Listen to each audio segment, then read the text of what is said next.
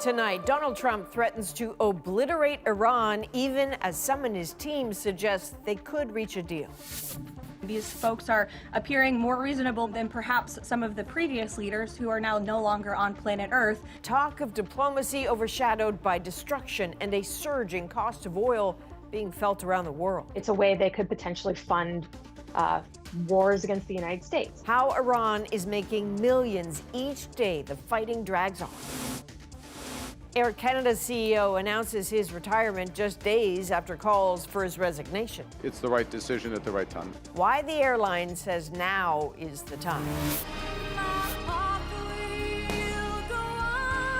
And a birthday surprise from Céline Dion. I'm getting the best gift of my life. I'm getting the chance to perform for you once again. When she's set to take the stage. From CBC News, this is The National with Chief Correspondent Adrienne Arsenault. Thanks for joining us. Crude oil prices are surging yet again tonight. Iran still largely cutting off the vital Strait of Hormuz as the chaos of the war in the Middle East is matched by more whiplash from Washington. Donald Trump and his White House claiming that they've already accomplished regime change in Iran, that negotiations are going well, before veering into threats to bomb Iran's electricity and water supply and oil if a deal isn't reached soon. Iran again denying direct talks are even happening, rejecting them as a ruse. As Sasha Petrusik shows us, the rhetoric from both sides is boastful and defiant, but the reality on the ground is increasingly dangerous. The toll of the war continues to mount. Iranian missiles headed for northern Israel, intercepted, but debris leaving refineries burning.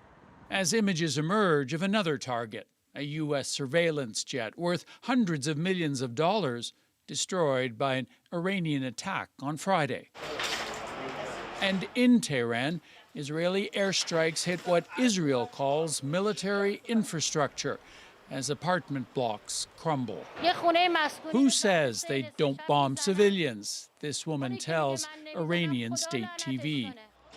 The U.S. says the war is going well and on schedule, with the Trump administration suggesting its original 4 to 6 week timeline holds. We're on day 30 today, so again, you do the math.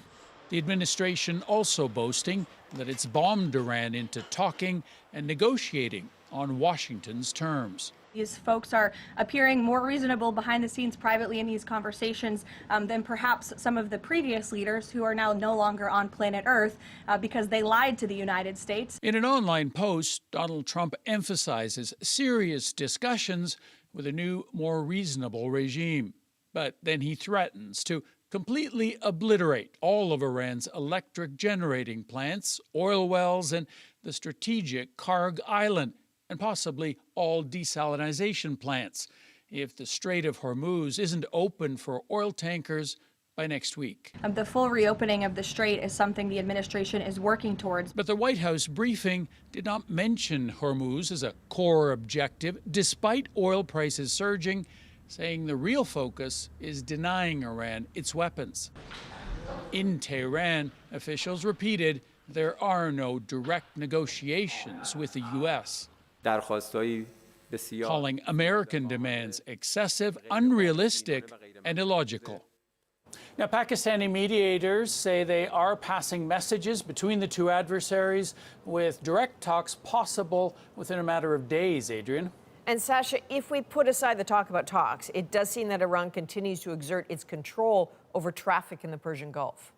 That's right. They are continuing to play hardball. Late tonight, we hear from Kuwait authorities that Iran struck a fully loaded oil tanker in the port of Dubai with a drone, raising, of course, the possibility of an oil spill. Now, over the weekend, Donald Trump did claim that Iran had offered to allow 20 cargo ships through the strait as a sign of respect. But so far, there's no way of verifying that. Adrienne? All right, thank you. That is Sasha Petrusik in Jerusalem. Now, later in the hour, we'll look at how Iran plans to make a lot of money after getting bombed, applying a toll through the Strait of Hormuz. This whole notion of a toll is counter to the freedom of navigation and to the fundamental principles of international maritime law. What the law of the sea says about it and why for some, it doesn't really matter. That's in about 20 minutes. Well, the United Nations says 3 Indonesian peacekeepers have been killed in southern Lebanon in the space of 24 hours. We strongly condemn these unacceptable incidents, and peacekeepers must never be a target. 2 were reportedly killed today when an explosion destroyed their vehicle, and another killed when artillery fire hit a UN position near the Israeli border, with several injured in both incidents. The origin of the attacks is under investigation. It comes as Israel presses deeper into Lebanon to establish what it calls a buffer zone against Iran-allied Hezbollah militants. The invasion and bombing of Lebanon has killed more than 1,000 people and displaced at least 1 million, according to the UN. Back here at home, after a scandal that sparked calls for his resignation, Air Canada has announced its CEO is retiring. Nisha Patel now on the reaction and the search for a successor. Just 8 days after a fatal Air Canada plane crash and a controversial condolence message. Hello, bonjour. I'm Michael Russo. Air Canada's CEO is now retiring. The center of the backlash, his inability to speak French. Just 2 words in his entire statement. It's the right decision at the right time. It's not just a matter of respect for who we are as a nation, but also with respect to the customers. Air Canada, once a crown corporation, is now a publicly traded company, though it's still subject to Canada's Official Languages Act, which requires its communications to be in both English and French. Rousseau stirred up similar controversy 5 years ago, not long after he moved into the top job. He suggested he didn't need to learn the language in a speech to Montreal's Chamber of Commerce. I've been able to live in Montreal without speaking French. The company is a symbol and has a significant presence in Canada, says Liberal MP Jean-Yves Duclos. This latest incident struck a nerve with Quebecers. It didn't pay respect to Quebecers. It didn't pay respect to Francophones in Canada, and it didn't pay respect to the law itself, which oblige Air Canada to be bilingual. The Commissioner of Official Languages has received more than 2,000 public complaints, and Rousseau has been summoned to Ottawa to explain himself, a request that still stands. I think that the message should be clear. I mean, we're living in a bilingual country. You want those top jobs? That's fine. Now, please make sure that you can speak both languages. Air Canada says Rousseau will stay on until the end of September, and the company has been succession planning for more than 2 years. As for its next CEO, the airline confirmed speaking French will be part of the criteria. Nisha Patel, CBC News, Toronto. The Prime Minister is resisting pressure to drop one of his newest MPs.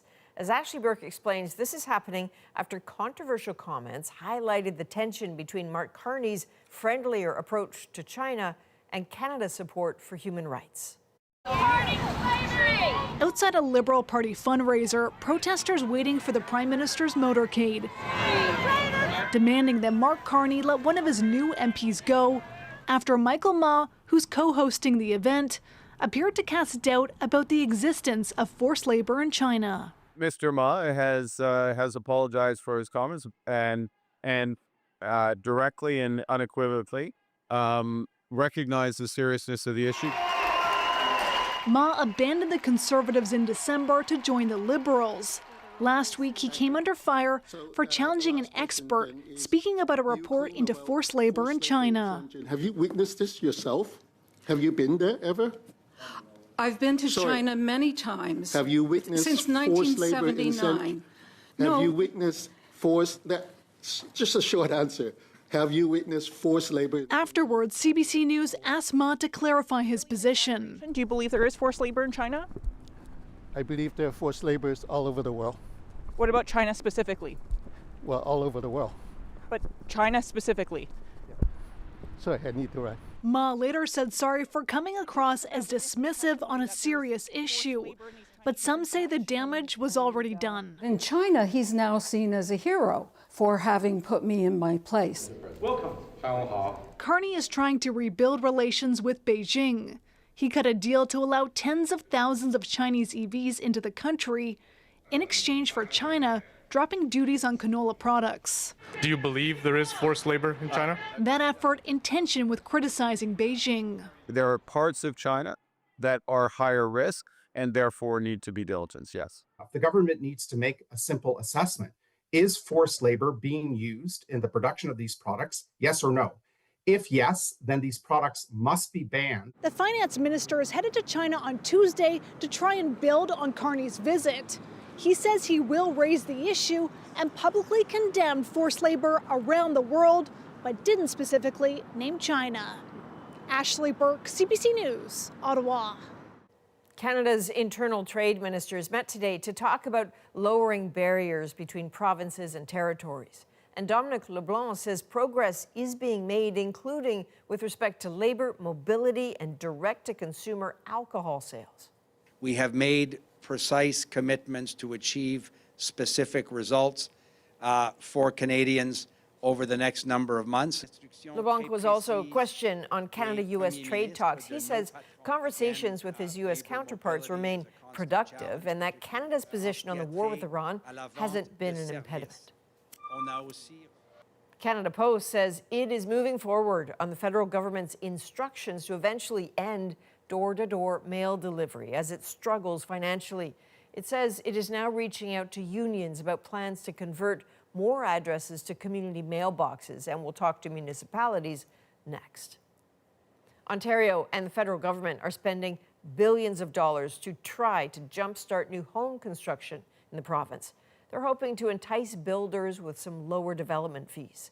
Kate McKenna explains how it works and how other provinces could follow suit. Municipal, provincial, and federal leaders walking in lockstep and putting big money on the table to build more homes. Don't you love the sound of construction in the morning? Ontario and the federal government announced nearly $9 billion to make building cheaper.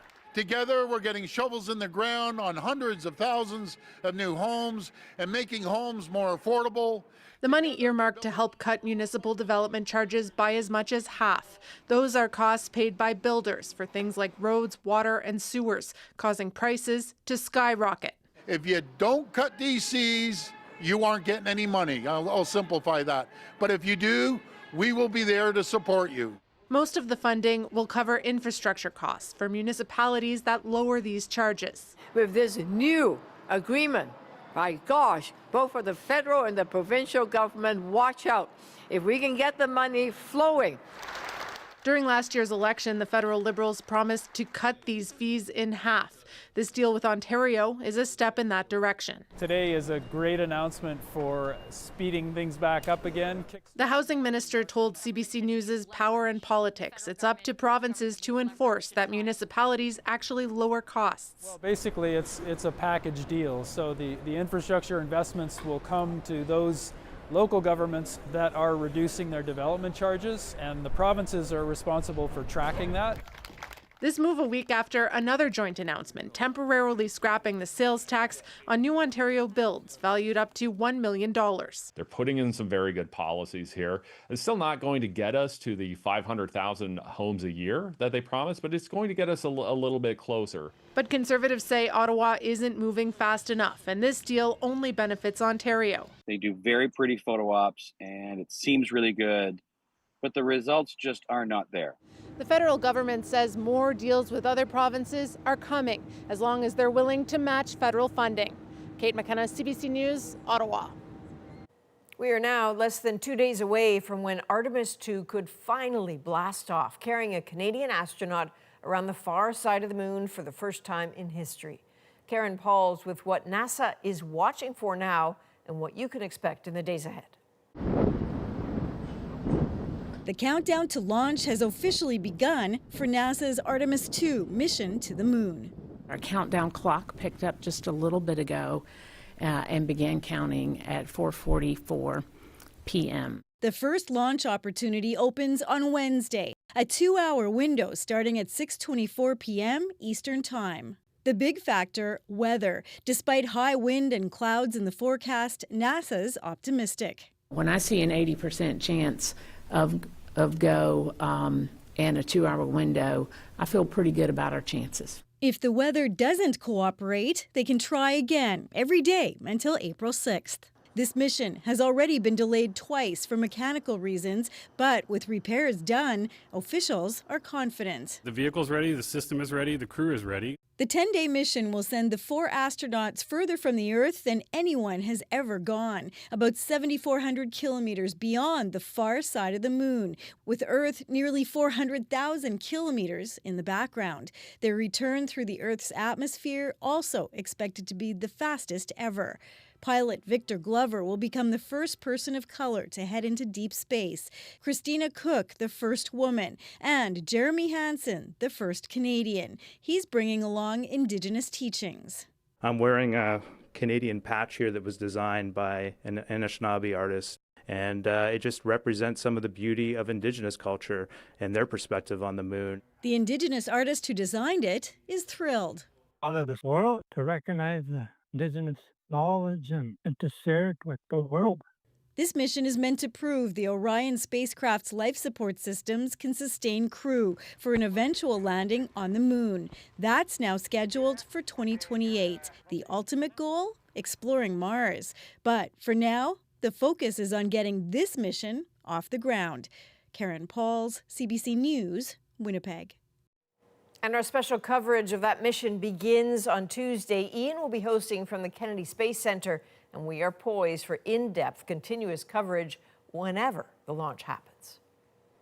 Italian officials are accusing 2 major cosmetic brands of fueling a skincare obsession amongst young girls.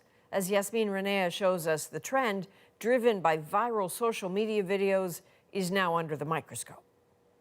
Sephora. It's all over social media. Young girls showing off expensive makeup and skincare products. I use collagen every day because I really don't want those wrinkles. I got it in Korea. You're 12. Yes, and And your mom told me you have a 20-step skincare routine. Is that true?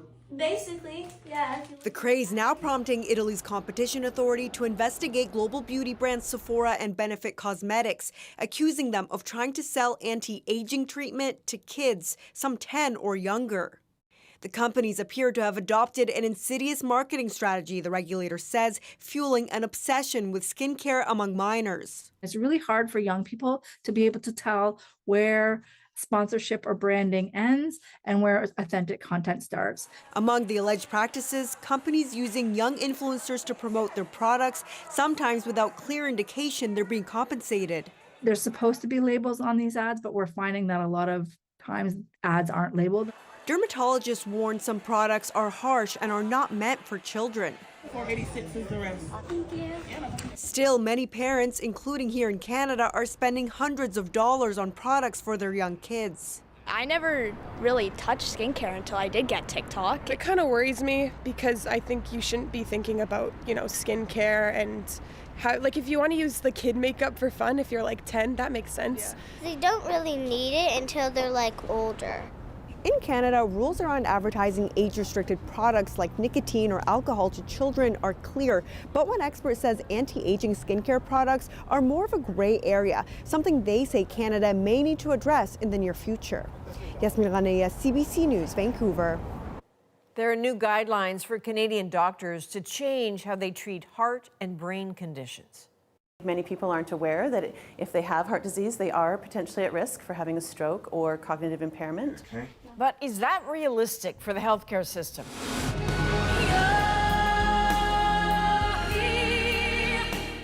And Céline Dion is making her comeback. I'm getting the chance to see you, to perform for you once again. The excitement for her upcoming shows in Paris. Plus, the legendary Alberta Grizzly, known as the Boss, has emerged from hibernation. We're all so grateful that he made another winter sleep. Why this year's sighting is extra special. We're back in 2.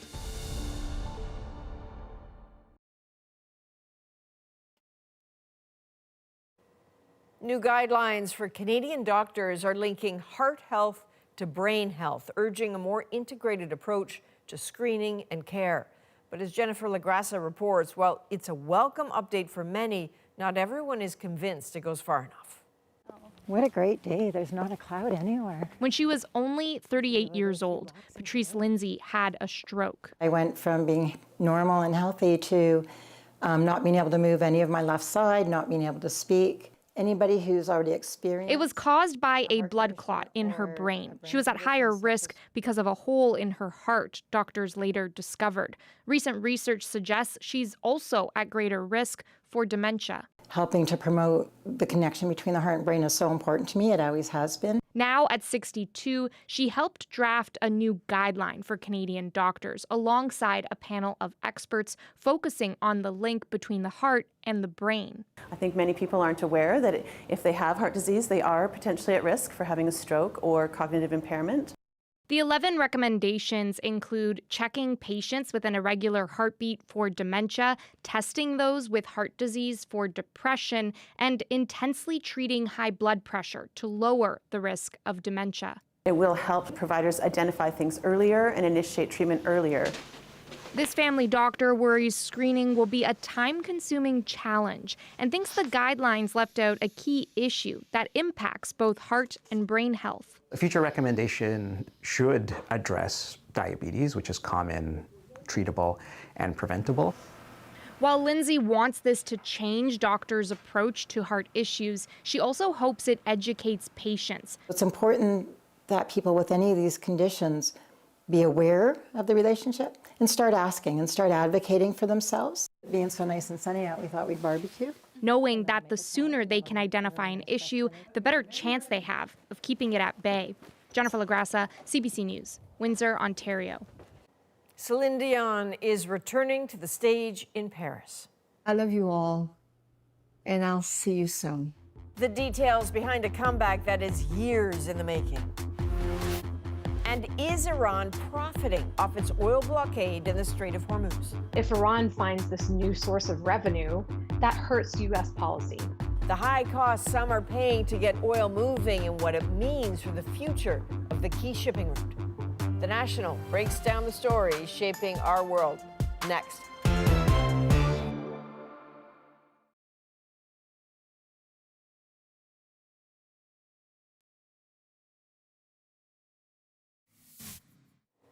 Some very quick-acting thieves nabbed 3 valuable paintings from a private museum in northern Italy. The artworks by Renoir, Cézanne, and Matisse are said to be worth a combined $14 million. Police say 4 masked people carried out the overnight heist in just 3 minutes earlier this month. No arrests have been made. Well, Céline Dion is making her comeback. The beloved Canadian superstar has announced 10 new performances in Paris, years after she was sidelined by illness. And as Selena Alder shows us, fans are thrilled. Céline Dion is celebrating her 58th birthday with a major comeback. This year, I'm getting the best gift of my life. I'm getting the chance to see you, to perform for you once again. The Canadian pop sensation announced she'll return to the stage with 10 shows this fall in Paris. The Eiffel Tower lit up to mark the moment. She sang there in 2024 as part of the Olympic opening ceremony. Her first performance since stepping away from the spotlight in 2022 when she was diagnosed with stiff person syndrome. It's a rare neurological disease that impacted her ability to sing. She says love from fans is giving her the strength to get back on stage. I felt your prayers and support, your kindness and love. It's the better news in my life since we knew that she's sick. So I'm so happy, and I know that all fans around the world are so happy. Catherine Pearson is a Céline Dion tribute artist and superfan from Quebec. She hopes to be in the audience. It's sure that I will cry all the show. It's sure. The singer likely has a comprehensive treatment plan with a team of medical experts to manage her symptoms, says this neurologist. I think the story of Céline Dion is a good story to share with the audience because it says that there is hope, and chronic neurological conditions nowadays are not just a sentence, but people can do better over time. Dion has always insisted the disease would not get the best of her. I'll sing again. That's for sure. And sing again she will. I love you all, and I'll see you soon. In front of loyal fans who've waited for years. Selena Alders, CBC News, Halifax. Now, back to the story of U.S. international engagement, war in the Middle East, and an economic embargo much closer to home. As Cuba grapples with the U.S. oil blockade, a Russian oil tanker's arrival might be a lifeline. We're on the Caribbean island listening to Cubans talk about their future. But first, this is very, very hard to actually implement. Iran's plan to charge for access to the Strait of Hormuz could potentially bring in billions. The whole concept of a toll is illegal in the first place. But what does international law say about that? Andrew Chang, host of About That, breaks it down and explains why for some, the expedient course is to pay to sail. I want to show you how a very small route change at just the right place and just the right time can make a difference worth millions, maybe eventually billions of dollars.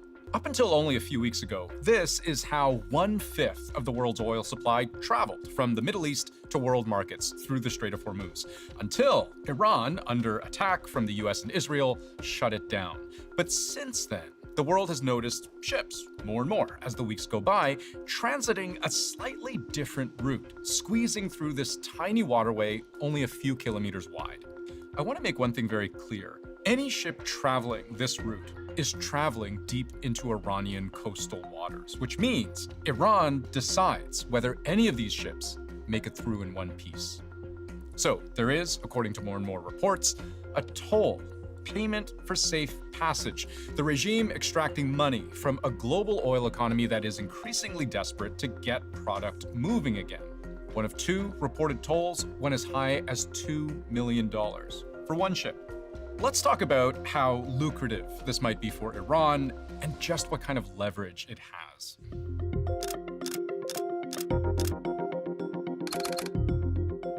So let's start with what we know before diving into what we don't know. Lloyd's List published on Monday a report that so-called zombie tankers were transiting this new Iran-approved toll route through the strait. Lloyd's List, if you've never heard of it, is a shipping industry intelligence firm, hundreds of years old, very established. These zombie tankers, hiding their true identities and origins, are reported to be among more than 20 that have now taken this detour. At least 2 of these ships, according to Lloyd's List, have paid tolls. One fee reported to have been around $2 million. And this is something the Iranian regime may wish to expand.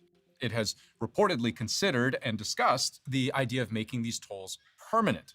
Lawmakers in Iran are apparently in the process of drafting a bill to officialize state supervision of the strait, and news agencies close to the regime are quoting its point of view as entirely natural. Just as goods pay transit fees when passing through other corridors, the Strait of Hormuz is also a corridor. It goes on. We provide its security, and it is natural that ships and oil tankers should pay such fees. Now, international law is very clear that tolling the strait is not natural, as they put it. But I'll get to that in a second, because first, let's put the toll itself in context. And I'm going to start really big, blue sky, then we'll zero in on the ship-by-ship breakdown. Figure, in a typical year, the estimates for how many tankers go through the Strait of Hormuz is somewhere between 30 and 50,000. Let's take the low end of that and apply a $2 million toll to each ship. That's $60 billion, or what would be almost a fifth of Iran's GDP last year. Now, I'm not saying Iran could plausibly start charging that amount of money to every single ship and that they'd all pay without question. It's more complicated than that. This is very, very hard to actually implement. If there were to be like a actual toll system in place, it would require like an international cooperation. That's not what's happening. They would be both in charge of providing security through the toll transit, but also being the chief source of insecurity that's brought us to this point in Hormuz. So tankers and ships in general may not trust the Iranians to let them through. But at minimum, let's at least also try to understand why there is a very real incentive and pressure even for ships carrying oil to just pay the toll. Because $2 million per ship does sound like a lot, but when you consider a typical oil tanker that travels the strait, the biggest ones come in two classes, very large and ultra-large crude carriers. And just to give you a sense of how big these ships really are, a VLCC, 330 meters long. That's as long as a 100-story building is tall. A ship this big can carry the equivalent of about 2 million barrels of oil. An ultra-large carrier can hold even more, around 3 million barrels. So you do the napkin math, a $2 million charge on 2 million barrels of oil, that's $1 a barrel. The international benchmark price of oil for a couple weeks now has topped $100 a barrel. So Iran has effectively taken, in thus far a very ad hoc, isolated way, up to a 1% cut of what all that oil stuck in the strait is currently worth. So you tell me, you have a $200 million ship carrying $300 million worth of oil, and you'd like to get it moving, thank you very much. What possible reason could you have not to pay a $2 million toll?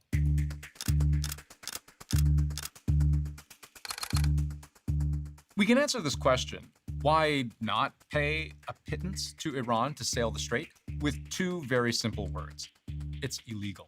The whole concept of a toll is illegal in the first place. That is not something that is allowed under international law. Transit passage involves being able to move freely. And so this whole notion of a toll is counter to the freedom of navigation and to the fundamental principles of international maritime law. I can even show you where this is written out in international law.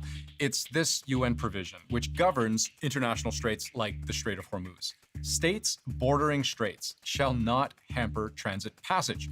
There shall be no suspension of transit passage. Which doesn't explicitly say you can't charge a toll, but if not paying the toll means you either can't cross or your boats get blown up, this is what a lawyer would call hampering transit passage. The inability to transit it safely without paying the toll is by definition hampered. I mean, we do not see movement through the strait the way we did before. If Iran finds this new source of revenue by charging tankers or other ships for going through the Strait of Hormuz, that hurts U.S. policy. Because it's a way that Iran can circumvent sanctions. It's a way that they can circumvent limits placed on their oil sales. It's a way they could potentially fund wars against the United States. By doing this, they can say, look, we're not trying to menace everyone else's shipping. We're only going to attack ships or prevent the passage of ships that are United States owned or affiliated or Israel owned or affiliated.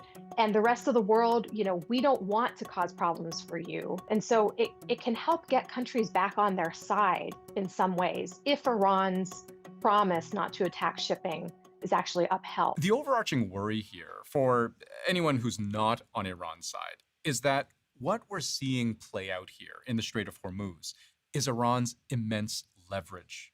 The world has known for a long time how easy it would be to disrupt the world's most important yet most vulnerable oil shipping route. In fact, this was a big story 7 years ago when a series of attacks on oil tankers just beyond the Strait of Hormuz in the Gulf of Oman raised this very serious question of how a regional threat could affect global markets. The price shock at the time was much less, but the lesson was the same. And now the problem's much worse. Iran has begun laying mines in the Strait of Hormuz. In the Strait of Hormuz, thousands of vessels are at a standstill. The global oil production has reached historic levels. Prices have remained stubbornly high. The U.S. claim we hear over and over again is that the war should be ending soon because Iran is out of options. Iran's air defenses are gone.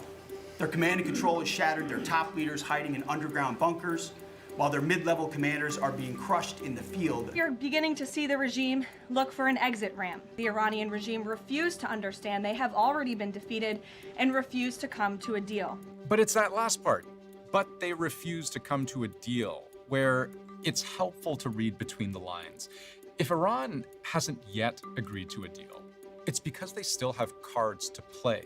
And coercion in the Strait of Hormuz is a play to which the U.S., at least so far, has had no effective answer.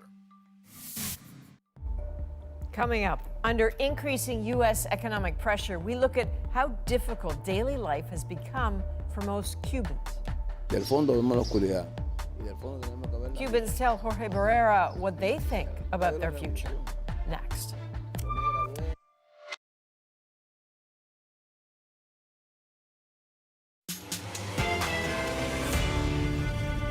Cubans have endured decades of U.S. sanctions, but island-wide blackouts during a current 3-month-long oil blockade are a new test. CBC News is on the ground talking to people about this moment and what they think about their future. Jorge Barrera looks at the impact of the energy shortage on daily life and what people there think need to happen next. Diosdado Valdez does this daily along a highway west of Havana to keep his 3 goats fed at home. He's seen a lot over his 77 years, and the uncertainty that grips Cuba under the U.S. oil blockade worries him. He says Cuba has no future unless it gets help getting oil. The oil shortage has impacted almost every facet of life, inflating the price of charcoal from more demand for use in cooking, says charcoal maker Guimel Tamayo. We have been selling a lot of charcoal because of the blackout, he says. Frustrations and the regular power blackouts have triggered sporadic protests, rare in Cuba, including here in Bauta. But a fear hangs over daily life that even talking about the hardship could run you afoul of the government. Things are a bit tense in the country, but I don't want to talk about politics, says Yvette Arencibia, who volunteers delivering food and supplies to the needy for the local Catholic Church. We're a country that's lived under a socialist regime for 60-some years. These are some of the idiosyncrasies Cubans have, she says. At 80 years old, Manuel Perez also has seen a lot in Cuba. He says he was 11 years old when the Cuban Revolution triumphed, and that people shouldn't be afraid to speak up. We are facing food shortages, the fuel problem, blackouts. There are a lot of problems that need to be fixed, he says. He believes hope waits on the other side of this historic period. In the depth of the darkness, in the depth of the cave, there is also light, he says. Julio Aleaga Pesant says this novel he wrote is banned in Cuba. It's based on another time of crisis in the early 1990s called the Special Period, after the fall of the Soviet Union, which he says was much worse than now. He says there was no gas, no food, and power went out in 8-hour intervals, 8 hours on and 8 hours off. Aleaga is aligned with the Cuban opposition movement. He's an academic, author, and journalist who's lost jobs, been detained by authorities several times, and worse, for saying and writing things critical of the government. He says he was beaten by police officers once as he came out of his house. They built this great... Aleaga says he doesn't know what U.S. President Donald Trump's plans are for Cuba. And Cuba's next, by the way, but Aleaga doesn't believe forcing a government collapse is a good option. He says he doesn't want to see the government crumble because it could lead to something worse. He says Cuba can follow another path to a new future. Cuba should follow the path set by South Africa in 1992 with its truth and reconciliation process. That's where Cuba should go, with forgiveness, a transitional justice, he says. But part of this future will be decided by the country that sits north of these waters, the Straits of Florida. Despite the embargo, the U.S. administration just allowed passage to a Russian tanker. When asked about that today, the White House press secretary said policy towards Cuba had not changed. Now, if you think you're seeing more bees, it's not just because it's spring. A recent study suggests that globally, there are more species than we ever knew about. Johanna Wagstaff looks at the buzz that's creating. According to a landmark new study, there are actually 26,000 unique species of bees in the world. That's about 5,000 more than even experts had guessed. So many bees, in fact, we can't keep up with naming them all. Scientists call it a taxonomic bottleneck. keeping my eye out for bees as we speak. We're discovering about 117 new species every year. And at that rate, it'll take 40 years to get through the backlog. We're finding things that we can't put names on. And so I know that there are undescribed species present in British Columbia. And so it's wonderful to see someone doing the work to put an estimate on that and helping us to understand exactly how much more work is needed. Identifying a species is a rigorous process. Often, DNA barcoding is needed, taking a single leg to find a genetic signature. Sometimes there's a match, and sometimes we realize we've found something entirely new. And sometimes it's being ID'd, but it's not in the DNA library yet. Which leads us to the question, why are there so many bees? It comes down to 100 million years of coevolution with flowers, leading to massive specializations in diet and habitat. And new bee discoveries are happening right here in the Pacific Northwest. So who are these mystery bees? In BC alone, we have over 500 species documented. There's the osmia, a brilliant metallic green bee that looks like a hopping jewel. Cuckoo bees that use their razor butts to cut through other nests to lay eggs. And resin bees that look like wasps and build homes out of plant sap and pebbles. The list goes on. But the biggest misconception we have is what a home even looks like for these insects. The takeaway from this new study isn't just that we need more names for the bigger number. It's a reality check. We talk about saving the bees like it's one job for one insect, but it's actually 26,000 different jobs. Each species has its own unique ecosystem, each uniquely impacted by our changing climate. And yet, when we visualize the bee, most of us reach for the one species that doesn't need our help. If you say save the bees and put a picture of a honeybee, it's sort of like saying, save the birds and having a photo of a chicken, right? They're just not going to go extinct. We as humans are going to make sure that they continue to persist because we need them for food security. In contrast, our native bees do, right? So they're this way to safeguard against ongoing bee losses and conserve biodiversity on a more regional scale. So next time you hear that telltale buzz, don't just call it a bee. It might be one of the thousands we're still waiting to officially meet. Now, according to beekeepers, you're about to see a big influx. As it gets warmer and flowers begin to bloom, those hibernating bees will be emerging in the coming weeks. An iconic Alberta grizzly bear has woken up from hibernation. Welcome back. Spring is here, the boss is out. Why some are amazed to see him emerge this year. That's next in our moment.